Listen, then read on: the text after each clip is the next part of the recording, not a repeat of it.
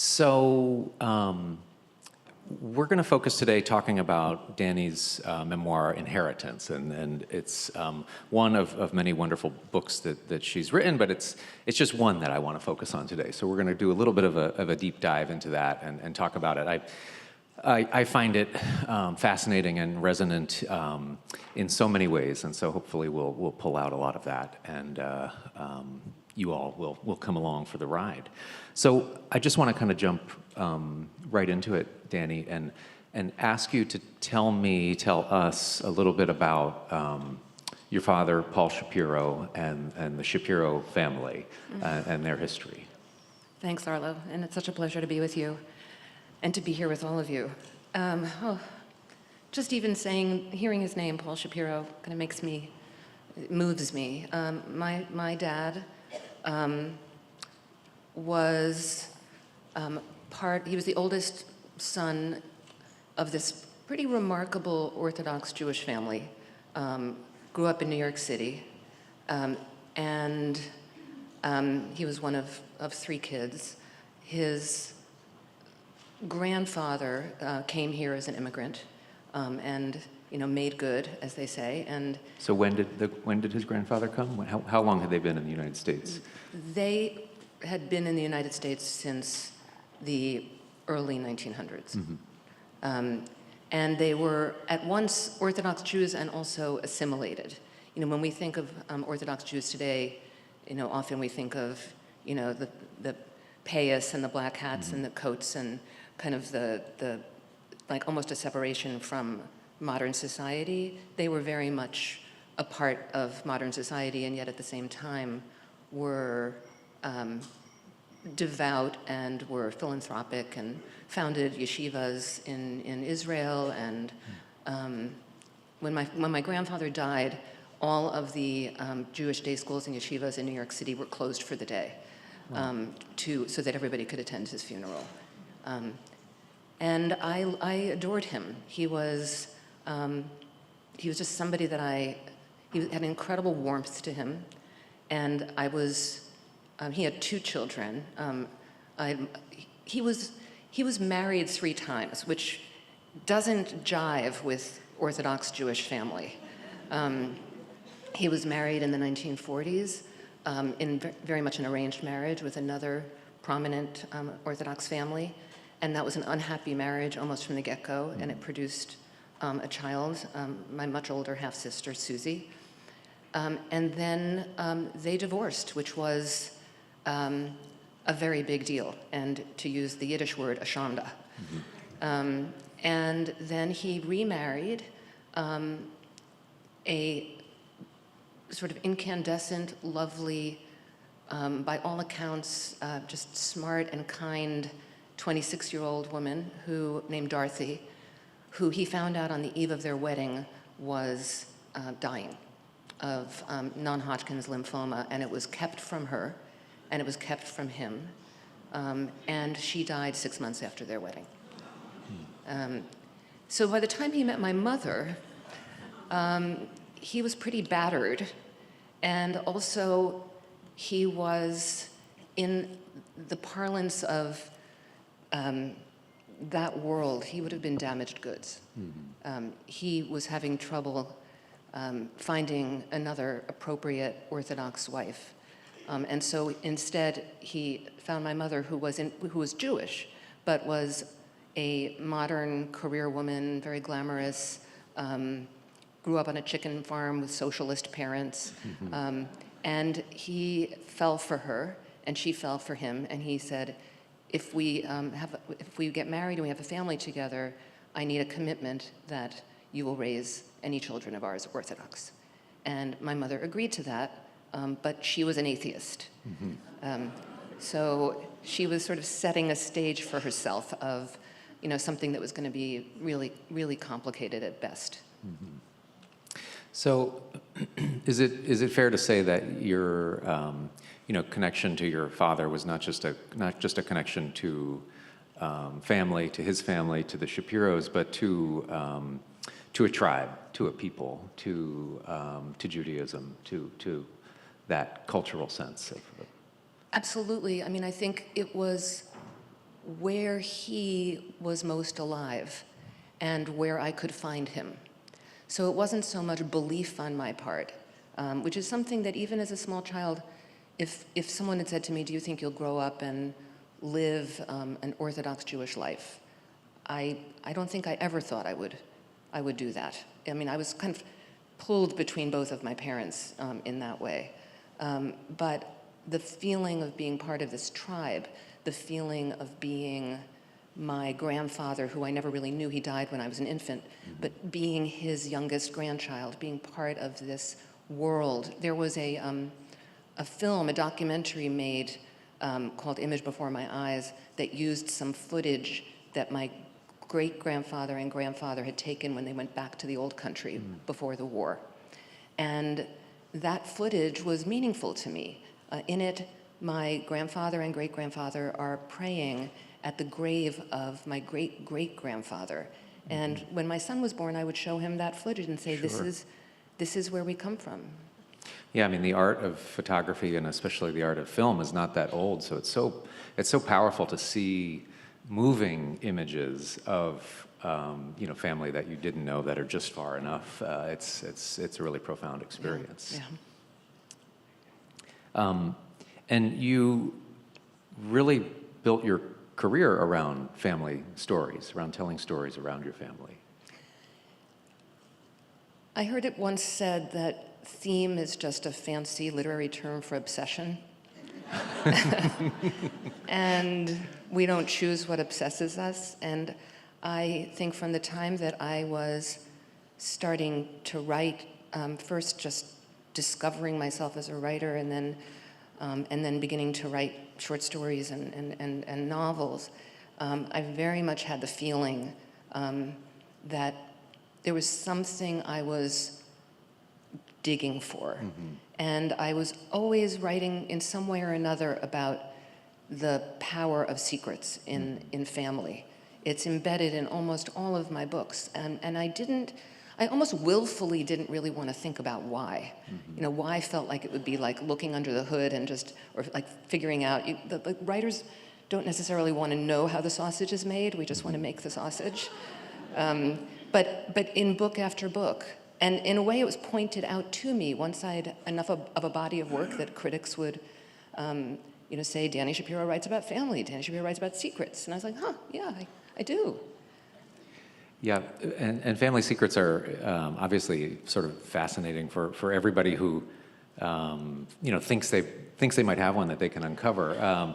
I think like my bona fides, such as they are for doing this interview, or that I wrote a book, The History of the Jewish Community in Key West, which used in my research a lot of genealogical research using Ancestry.com to uncover other people's family histories, and I uncovered secrets that people didn't know about their own family, and that's one of the sort of things I enjoy about that book today is getting an email out of the blue from somebody, and they say, "Oh, I just found your book, and my grandfather is in there, and I had no idea that he was involved in the illegal smuggling of Jewish refugees from Europe through Cuba to Key West," because these were stories that were kept secret within the family because they would have risked imprisonment. So.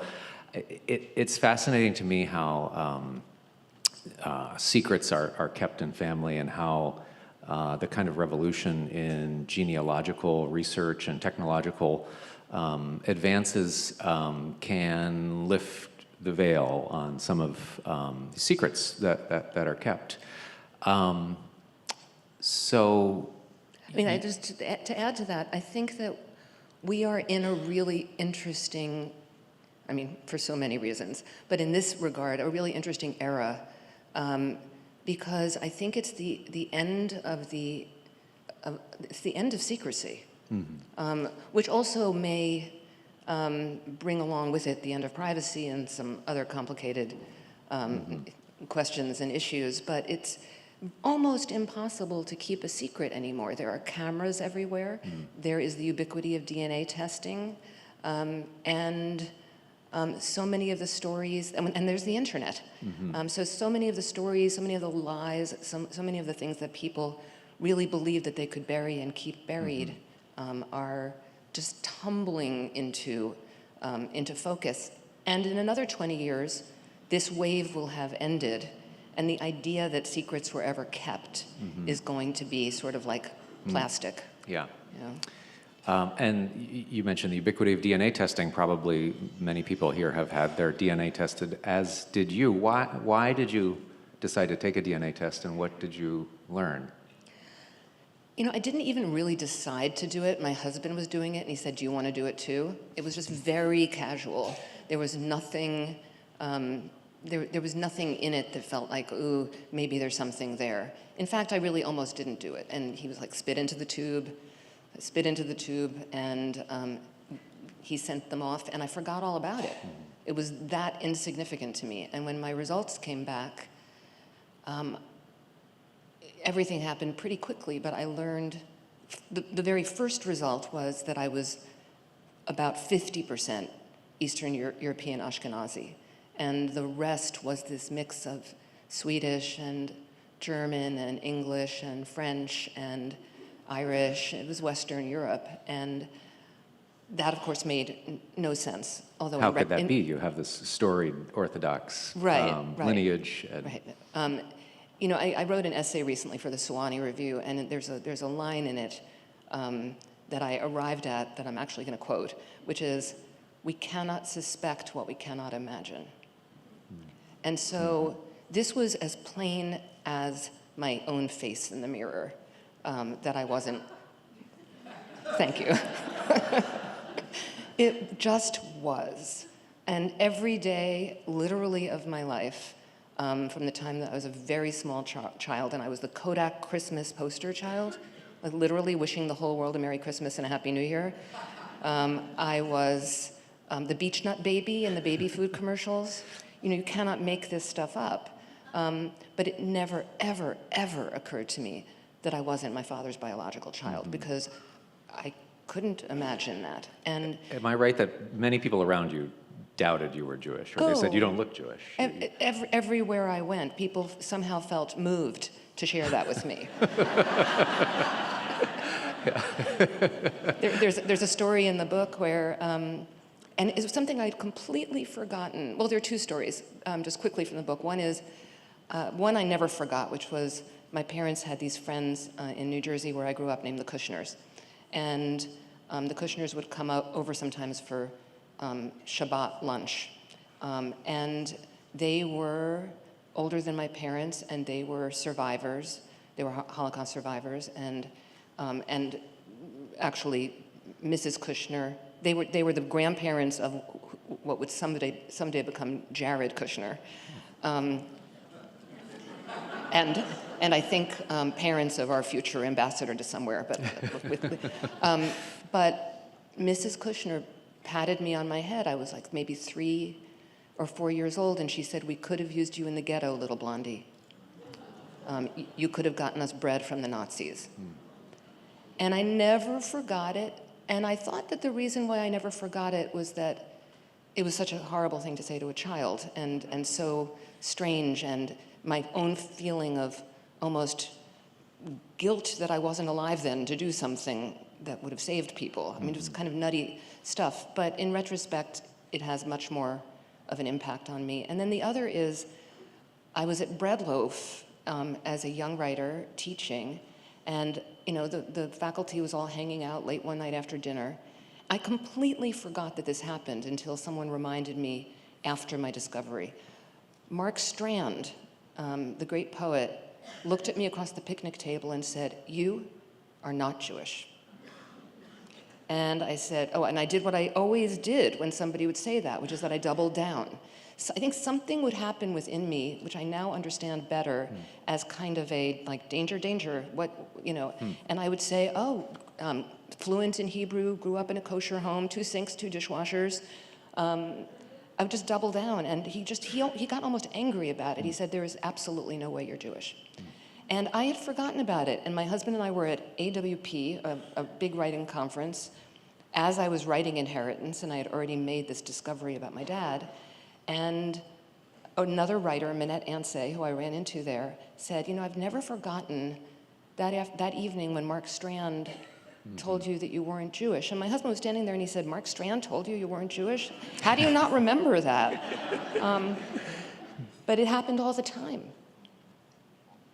So you got your DNA results. You found out you're half Jewish. And then that set you on a quest to uncover what was happening. How was the story you grew up with not actually the facts of your life?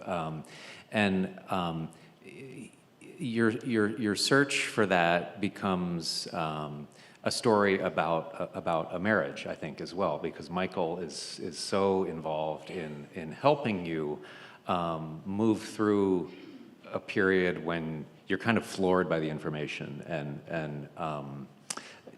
and Michael's drawing on sort of journalistic tools and skill sets that he has, and sort of helping you chase down this mystery. So tell me a little bit about two things, I think, like where you went with this mystery and solving this mystery, and what it meant to you to have a helpmate in your husband, finding this truth. I think he felt guilty for having me spit in the tube to begin with. But no, it was an extraordinary story of, it was like one of the things that we've been through in our long marriage that was so profound. I was in denial. I was kind of going through all the stages. I really thought, Ancestry.com must have made a mistake. I asked him to get on the phone and call, the hotline, which there is a hotline because they get a lot of these calls. And ultimately, really, there aren't any mistakes when it comes to the science of this. But he had registered a couple of days after we got my results that I had a first cousin who was someone unknown to me, who was showing up as a first cousin. On Ancestry.com, Ancestry. uploading the DNA and exactly, looking at because if you do one of these tests and you check the box that says I am interested in finding out who else I am biologically related to, which a lot of people, that's why they do it, then people show up, and they're often very distant relatives. But in this case, it was a first cousin. I still thought it was a mistake, and he started digging because he was only identified as male and with initials. But there was someone who was administering his account, and Michael just went into absolute investigative journalist mode. And within 36 hours from the moment of discovering that my dad hadn't been my biological father to the moment where I was literally looking at a YouTube video of my biological father, we were able to uncover so fast what had happened. And part of that was Michael figuring out the identity of the first cousin with initials. And then using nothing more than like gumshoe kind of, like just Facebook, the internet. And also there was a story. And this to me I find really interesting about memory and the way it sticks with us and what we retain sometimes without even knowing it when there is a secret in our lives. When I was looking at those results, my mind immediately went back to a conversation that I'd had with my mother. And I should say, for people who haven't read the book, both of my parents were dead. So there was no reaching out to my parents to ask what had happened. I started calling anyone who might have known anything about the circumstances of my conception or birth. So we were talking about, for the most part, elderly people. And I hated picking up the phone and calling people. And Michael and I had this refrain where I didn't want to pick up the phone and call, a doctor or a scientist or an old friend of my family's or whatever. And he would say, he may be dead by Friday. And my desire to know was stronger than my kind of natural kind of like just shyness. But the story that my mother had told me, I remembered everything about this moment. It was February 23rd of 1988. I knew the date because it was the second anniversary of my father's death. And my father had died in a car accident that had injured my mother. And I was in graduate school at Sarah Lawrence writing my first novel. And I didn't want my mother to be alone on the anniversary of my father's death, and there was a reading that night, so I brought her. So we drove up to Bronxville, New York from New York City, And we're at the reception beforehand, and my mother is introduced to a colleague, a classmate of mine. And my mother said, "Oh, lovely to meet you. Where are you from?" And my classmate said, "Philadelphia." And my mother said, "Oh, my daughter was conceived in Philadelphia." And that was news to me. And it was being told to a total stranger at a graduate school reception. And so I said, "Mom, what are you talking about? I don't know that story." And she said, "Oh, you don't want to know. It's not a pretty story." So, you know the way cars can be like confessional booths, like with your kids or with, like when breaking the news to somebody about it. Cars are great places for this kind of stuff. I was driving my mother back to New York, and I said, "Mom, you cannot just tell me that the story of my conception was not a pretty story." And she proceeded to, in a kind of halting way, tell me that I had been conceived at an institute, that's the word she used, in Philadelphia, using artificial insemination, making it very, very clear to me that it was my father's sperm that was being used in the artificial insemination. And then I tucked that weird fact away. It wasn't that significant, really. It was kind of strange, but it was just whatever. And all these years later, that conversation came back to me verbatim, because when I was looking at those results, I knew. I mean, otherwise, I might have wondered if my mother had had an affair. I would have made up another narrative. My life had been built on some false narratives, and I would have continued on this journey of false narratives. But instead, because I knew that, I had the word institute. We were able, in 10 seconds, to look up where an institute would have been in Philadelphia in the early 1960s. It was on the campus of Penn.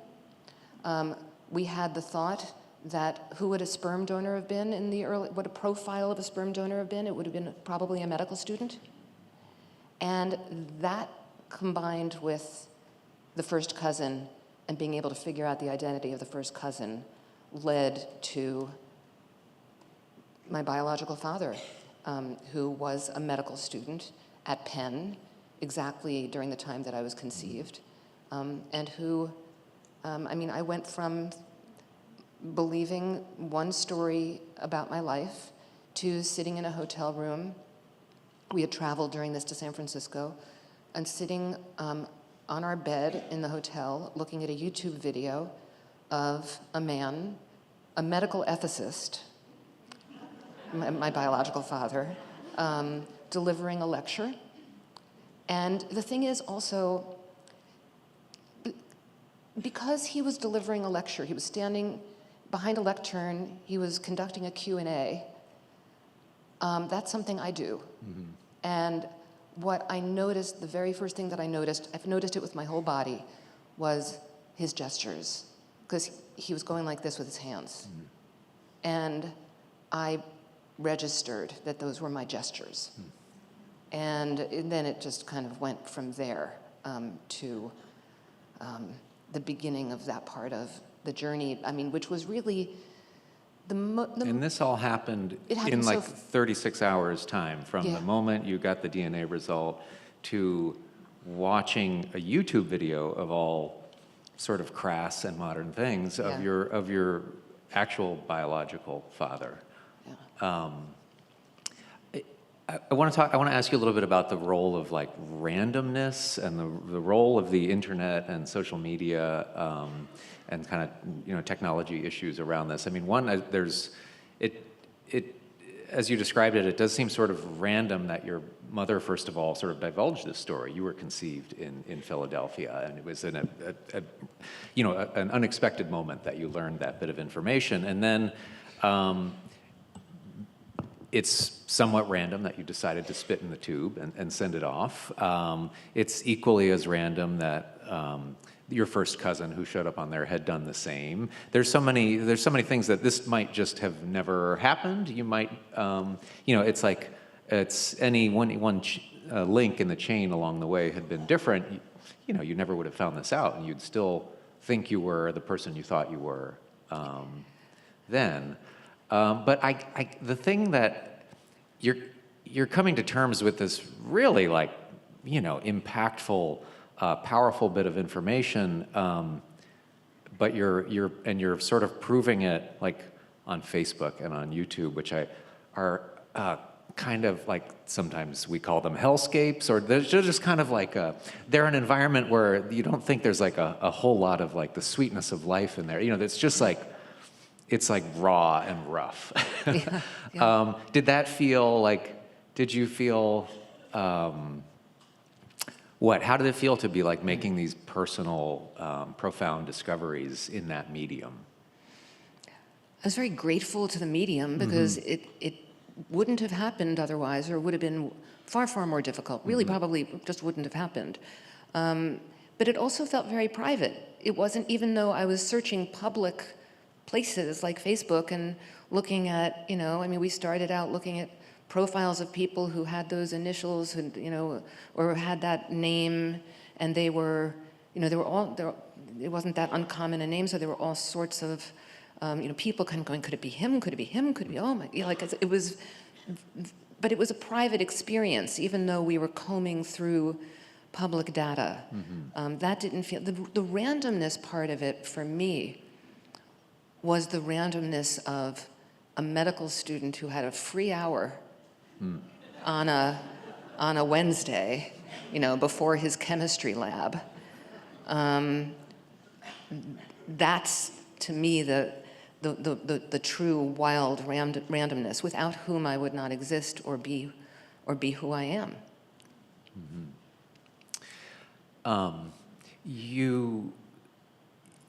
Your father died before your son was born. Do I have that chronology right? And you talk a little bit about you saw your son as a link to your father, as a genetic link to your father. Even though he didn't look like your father, he looked like you, but you sort of imagined that his grandchildren could remind you of the characteristics of your father.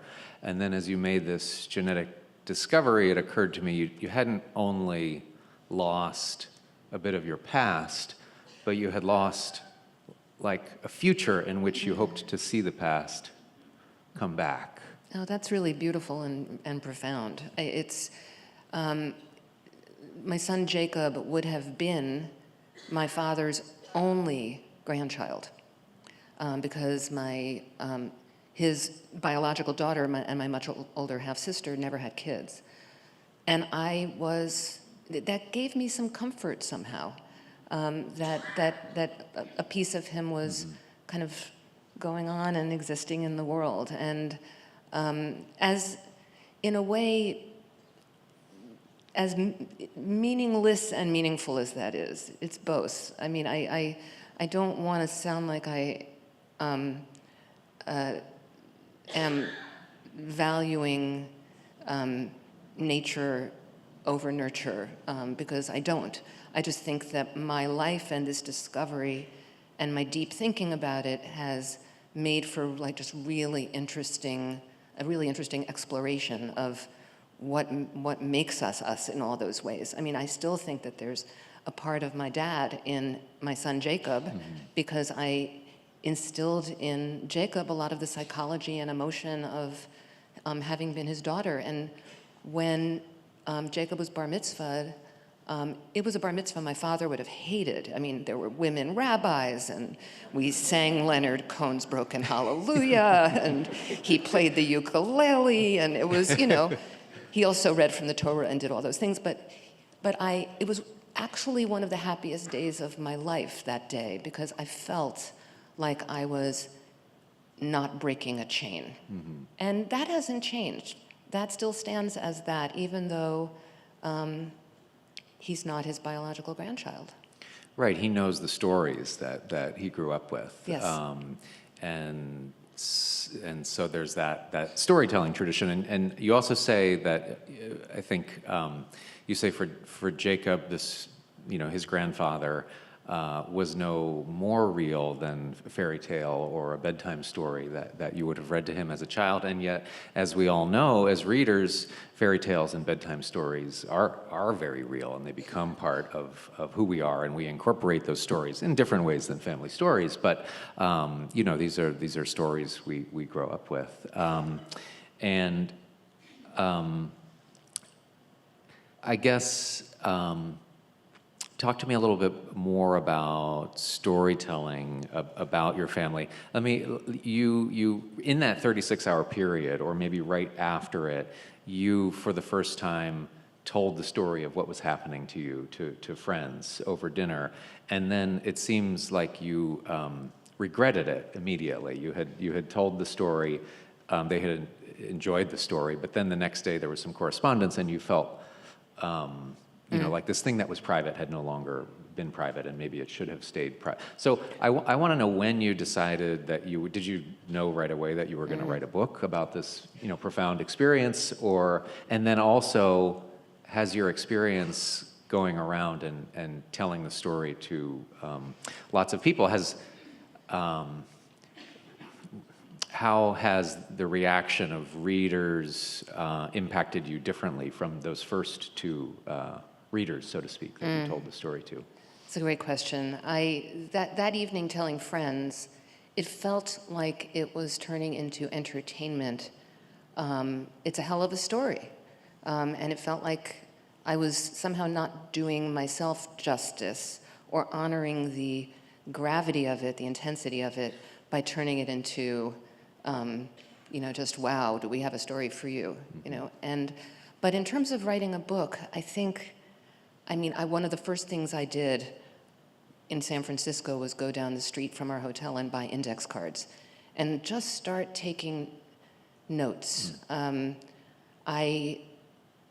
I knew I was going to write a book. It felt to me like everything had led to this, that it was literally the story of my life. And I started out as a fiction writer. I still consider myself a fiction writer who made a very wide detour into memoir, but I kept on wondering why, after my first memoir, why did I return to fiction, but I came back to memoir, and I kept coming back to memoir, and I was searching for something, and then I found the black box that I didn't even know that I was looking for. So I knew that but to me, writing memoir is actually an act of tremendous control and deciding exactly what belongs, exactly what goes in and what doesn't, and an opportunity to find the language for something that felt so amorphous to me.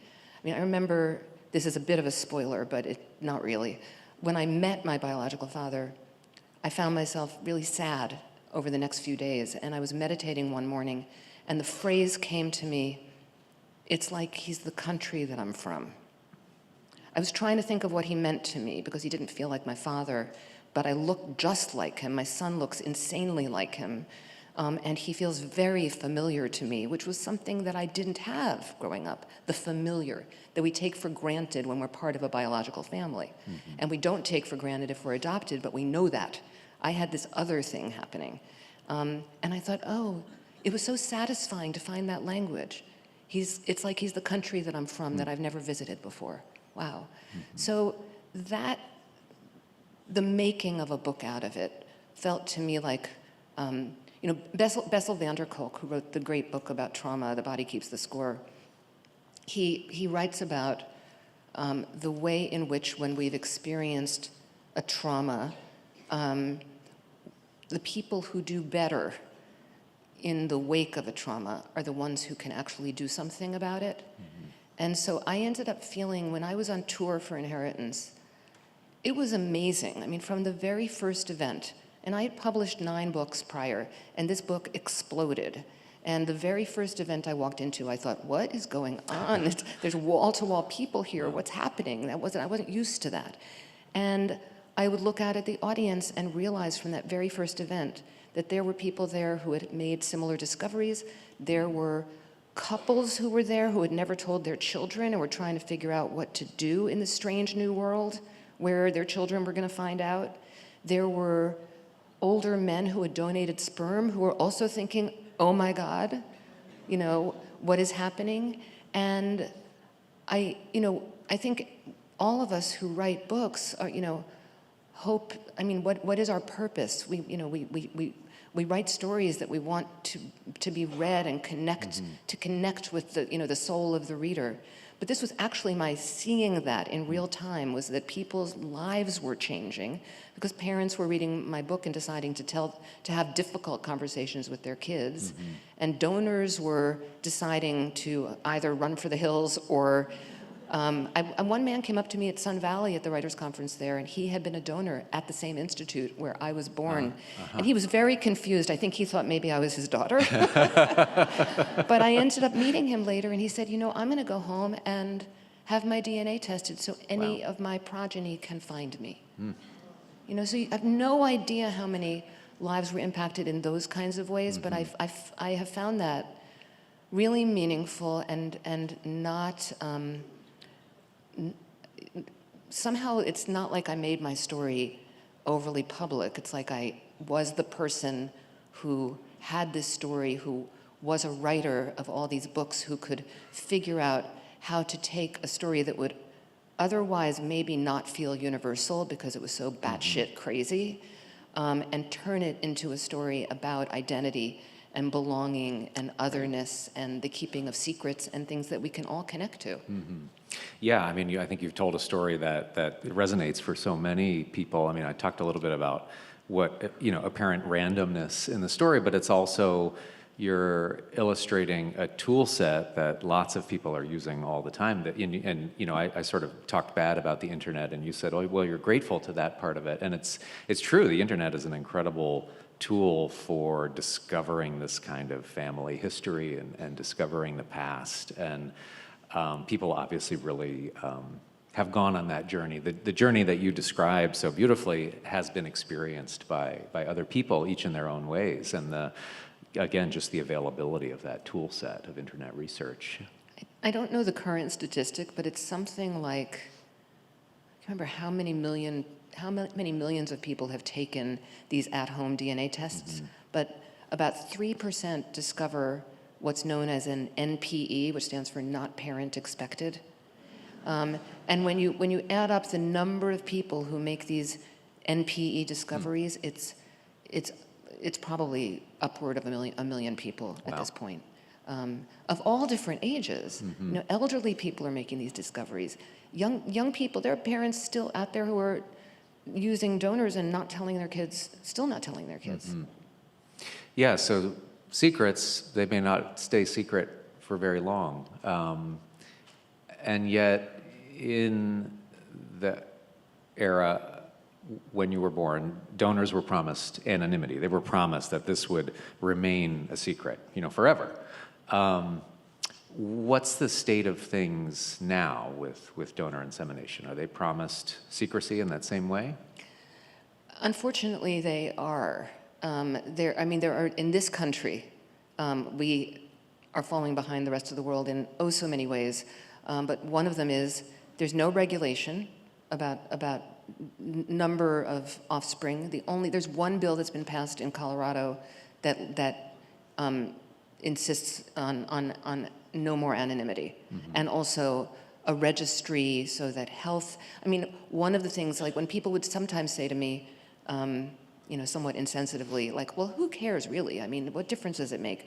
Well, I was giving incorrect medical history my whole life, so yeah, it made a difference, and for my son as well. So the fact that we don't have regulation around this is nuts, and there's all sorts of fraud. There are people lying about, there are people who donate who don't tell the truth about their medical histories, and then have huge batches of offspring who end up having problems. And the reason for that is because it's a huge business.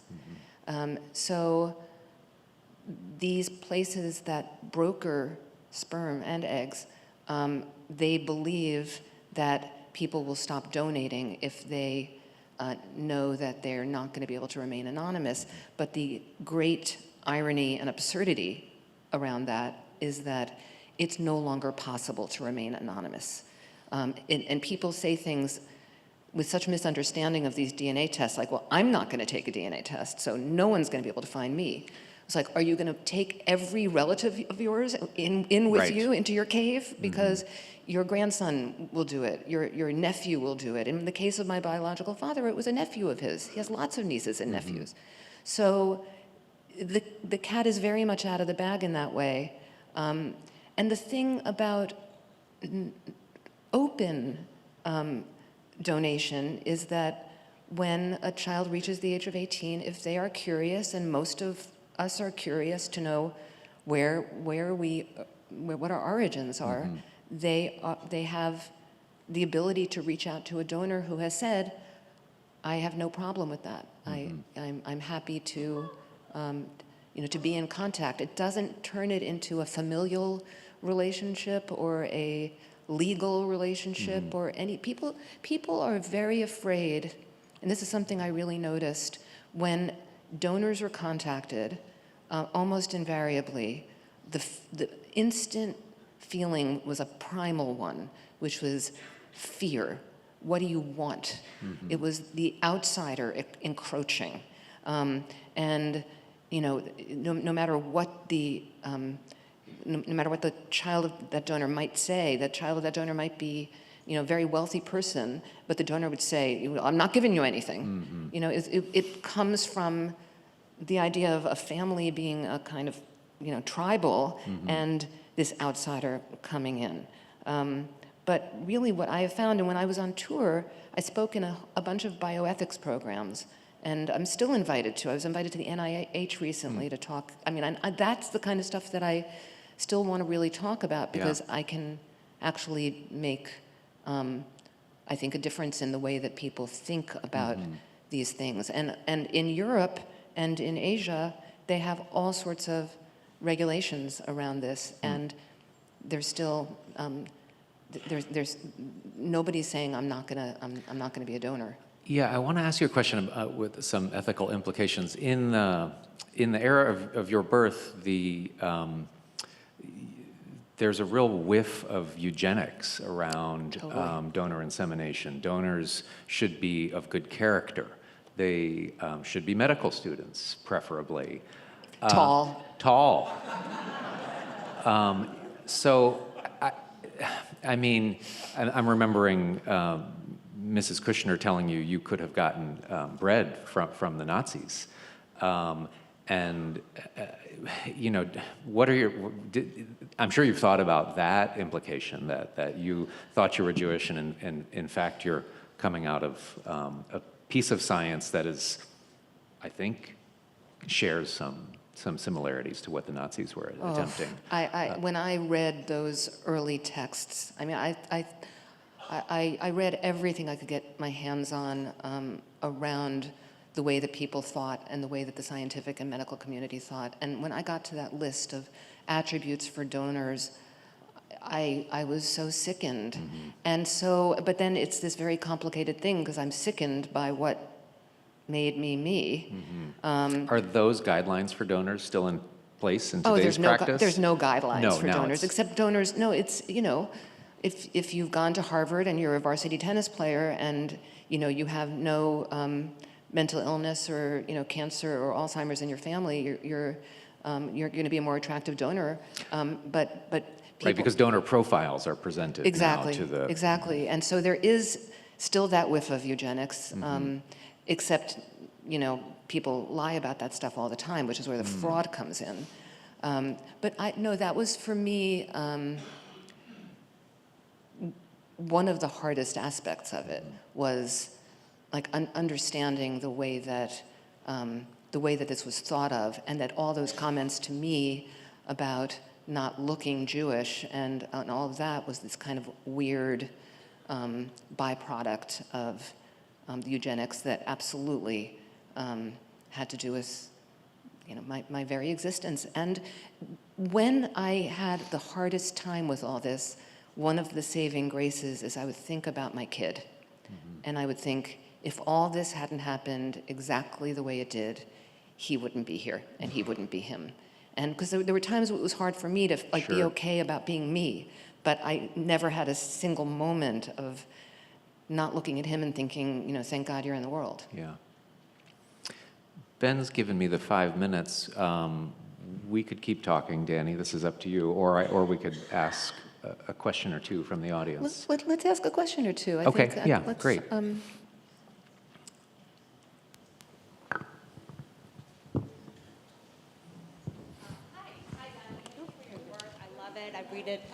thank you. I've read your books sequentially, including Slow Motion and then Inheritance, which, as you said, gave you the black box. You found the black box to the secrets and the things you were wondering about in your early work. And I was wondering if you're done with memoir now that you've found the answers, or if you think there's another memoir coming out in you. Thank you. I mean, one of the things that I've learned about memoir in writing as many as I have and sort of being, a public contemplative, which I prefer infinitely to serial memoirist, is that the taking of one's own life and using it as kind of a laboratory to explore ideas continues to interest me. And life has continued to happen, and I do think I have another memoir in me. But my next book after Inheritance was my novel, Signal Fires. And there is something I want to say about that, because this kind of blew my mind. I started Signal Fires 15 years ago. And I lost my way, and I wrote myself into a wall, and I put it in a drawer. And it stayed in the drawer, or rather on a shelf in my office, for all those years. And then during the pandemic, I was cleaning out my office closet, and I found it again.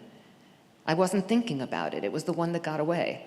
But I decided, I'm going to sit down and reread this. And I did, and my head sort of exploded because I realized what I couldn't figure out 15 years earlier, and I went back to the book. So when you read Signal Fires, the first 100 pages, and there's a character in Signal Fires named Dr. Benjamin Wilf. The pseudonym I gave my biological father in Inheritance is Dr. Benjamin Walden.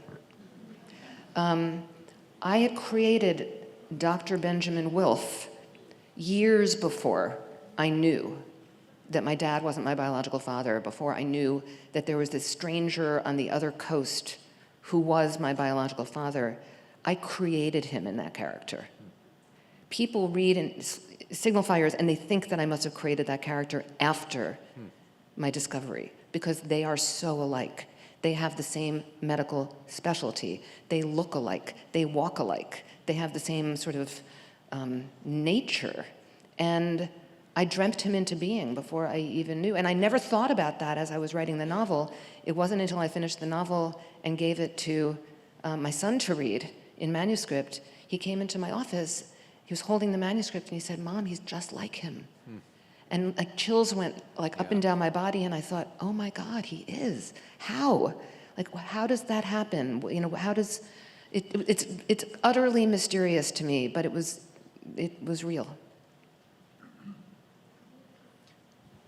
That's our time. Okay.